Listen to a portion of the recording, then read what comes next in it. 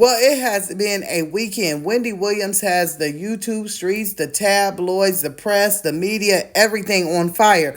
Because guess what? Where is Wendy Williams? The Lifetime documentary. Part 1 dropped on February 24th. Part 2 dropped on February 25th. Now, just in case you guys are wondering, there is going to be a total of 4 parts, I do believe. So there is still more to come. So we have to talk about what was released this weekend. We have to start at the beginning, okay? Now, before we get into this, I want to say one thing. There has been a lot that has come out, right? And as it has come out, it's been mixed emotions behind it, okay? A lot of people are like, well, this is her karma. This is what she gets. This is what, happens when your job is this, that, and your job is to be messy. Well, I'm going to say this, right? A reactor, a celebrity content person, anybody who reacts on anything that's hot topics are always going to put their spin on it. Wendy Williams was one of the best who ever did it. She did it in a messy way, which she allowed people to come on her show and allow people to battle of what she has said. We've seen her get cussed out on her own show. We've seen her go and do a little bit too much as sometimes and go low. Now, I will say I was a big advocate and watcher of her show because it made me chuckle. Although sometimes the things she would say could get too low, and that's why the sympathy factor has not been there very much for her with the celebrities and the people standing up for her. So now, right, it's time for us to talk about it, and we're going to start from the beginning. The show was titled perfectly, right? Where has she been? Because the only thing that we have known about Wendy Williams was she was on TV one day and then boom, she was gone, right? She was there and then she was gone. The show was canceled. They tried to have a few new hosts. She was having people stand in, and it all really started from that one fateful day of her passing out, if you guys remember. That day, they blamed it on the fact that she was overheated, that her costume was a little tight, that everything under the sun, right? But everyone knew that we could tell by the way she was speaking and the way that she was acting that the addiction that she told us she once had creeped back in, right? We knew that there was a lot of things going on behind scenes. She had that husband who was trying to milk her for money, who ended up getting like $10 million in a lawsuit and a divorce. He had him a secret family. He was getting engaged. He was not hiding in the least bit of factor that he was, about to leave and he was going to do it and a big old bang. Also, then all of a sudden the show ends and we're like, well, where is she? And all we're seeing is all these pictures of her looking really, really out of it, right? We're seeing her with her hair standing on top of her head. We're seeing her acting like she's lost, like she's standing outside of buildings and her security is helping her to the car. She's got both her eyes just bugged out. Her body is just looking like, wow, we can't believe what is going on. It just turned into a media frenzy. Like, what is going on with her? Why is it happening? And it was a lot of allegations and rumors being spread about what was really going on. Now, I will say this. Before this aired, a lot of her family members, right, were out here trying to get in front of the press and they were trying to let people, into it and drop hints. And they let us know that Wendy Williams has been diagnosed with aphasia and dementia. Okay, so aphasia and dementia combined together will make people act the way that she does.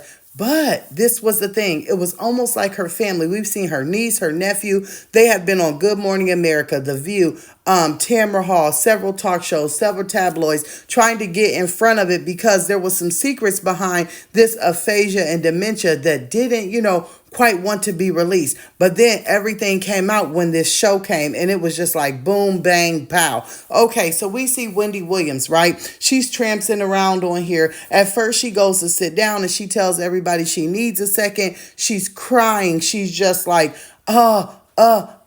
anxiety had taken over. We're seeing that her eyes are beginning to bulge out of her head. We're seeing that she's beginning to talk to her staff, especially her publicist, crazy, telling her, go eat more, gain more weight, then go get some lipo. I can't look at your face anymore. She's yelling and arguing about clothes being organized. She's talking all weird, bringing up old stuff, new stuff. And in some way, in some fashion, right, she thinks that she still is going to be famous and be on TV. And she tells us that she wants to be a talk show host. And then the next minute, she jumps all the way over to old family issues. Then she comes back. It was just like all over the place, right? One thing I will say in this documentary that we could see and was very, very obvious, that one thing that was plentiful is the people around her and the alcohol, right? The people around her did not stop her from indulging in it. They didn't discourage her. One or two people may have said, "Do you really need that?" But they were still giving it to her. And then, okay, she was at restaurants, at home. I mean, it was just an overindulgence in alcohol. Now, saying that she's been diagnosed with aphasia and dementia, we're going to take a wild guess because we're, smart people, that there has to be some medicine that she possibly is on. There has to be some doctors that are involved. Also, being a court appointed, okay, guardian, not a family member, but a court appointed guardian, we know that there's doctors involved. All the alcohol would have me really, really concerned about the medicine and alcohol interaction and what the alcohol is doing for the medicine to not help Wendy Williams. That would be number one. But number two, it's the people that are around her. It seems right now she has a lot of yes people around her. A lot of people that even though her money is tied up in courts and the court appointed person is not a family member, there's still money to be had. Nieces and nephews and family members, like I said, are taking interviews. They're getting paid for these interviews. They're sticking around her so they know the inside scoop and everything else. Her husband, okay, and her son are not even people who were once in the wheel or a part of all of this court appointed. And it blew my mind because I'm thinking, well, you have a child who seems to be a very nice young man. Why was he not appointed to be your guardian? Why was he not appointed to give you care? And then all of a sudden, just when we thought, after we had seen all of this debauchelation, people visiting, tears being shed, then this young man comes out and tells his side in part two. Now, once he gets down and he gets to speaking, I'm just like, yay, I'm so happy that he is like holding it together because number one, aphasia and dementia and it being your mother and everything your mother has been through, that has to be a lot on any child, right? But he gets on here and he's the first one who brings up the aphasia and brings up the dementia. He also lets us know that this is being caused by the alcohol. He also says that all these yes people that are around her are not there because they love her. They're there because they need or want something. And when I tell you he spoke the truth, baby, he came and he broke it down. Now, people did ask Wendy Williams in this documentary, what about Kevin? Is he going to be taken care of? Quickly, she says, yeah, of course, he's already had everything in life. Yeah, he's going to be okay. Yeah, And then she goes back to talking about herself. And see, this is where it gets really, really sticky because of the fact of Wendy Williams constantly always bringing everything back to herself, constantly bringing everything back to fame and money. That labels her as selfish, right? That's what she came across as. Then on top of that, you have people who are out here in the media that are like, ooh, girl, we don't care. And it's all because of the way that you act and you portray yourself. So even in her sickest of times, she's still, right? She has dementia. She's got aphasia going on. But in the front of her mind, the first thing that she can come up with is to disrespect everyone, be selfish, and act a fool. And so that's why the media is not really, out here and covering it as a sad story. And I'm sorry to say that. One thing about Wendy Williams, right, is that when she got on TV, she knew she was not going to be very liked. But it wasn't always what she said. It was always a big factor, too, of what people knew she had going on in the background of her life. And everything is being exposed in the documentary. So almost like everything that everyone has ever got out here and said is just now being exposed, right? People have said, well, you can't talk about us when your marriage is in shambles. Well, that's been proven. When they said your, ability to mother and your mothering skills are not good, so how can you talk about us? Well, that's been proven. When people say that you have addictions and you're always this way and very rude and you don't have very many friends, people are using you. Well, that's being true, right? All of the things that people have said and the reason that they do not really mess with Wendy Williams in such a nature is now came to be put out here in light.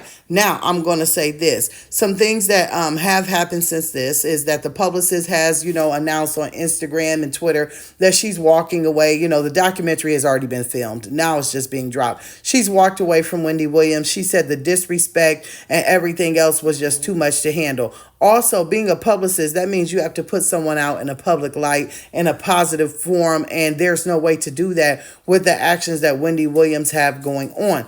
One big thing that I found that was really cute was when Black China came and sat down and spoke with Wendy Williams. It was really heart touching. I think it was something that Wendy Williams needed. It allowed her to be raw and real for a second. But I also, like I said earlier, as soon as it's real and it's raw, it clicks right back to the selfish person that she has become. So it's all about money, greed, fame that has taken this woman down, and addictions behind closed doors that people don't watch for. Now, I'm pretty sure that part 3 and 4 are going to be some bombshells. Once I watch them, once it's all taken care of, we'll get on here and we'll talk about it again. And then we'll do a big old hole. So I thank everybody for being here. And let's just keep everything going down in the comments below.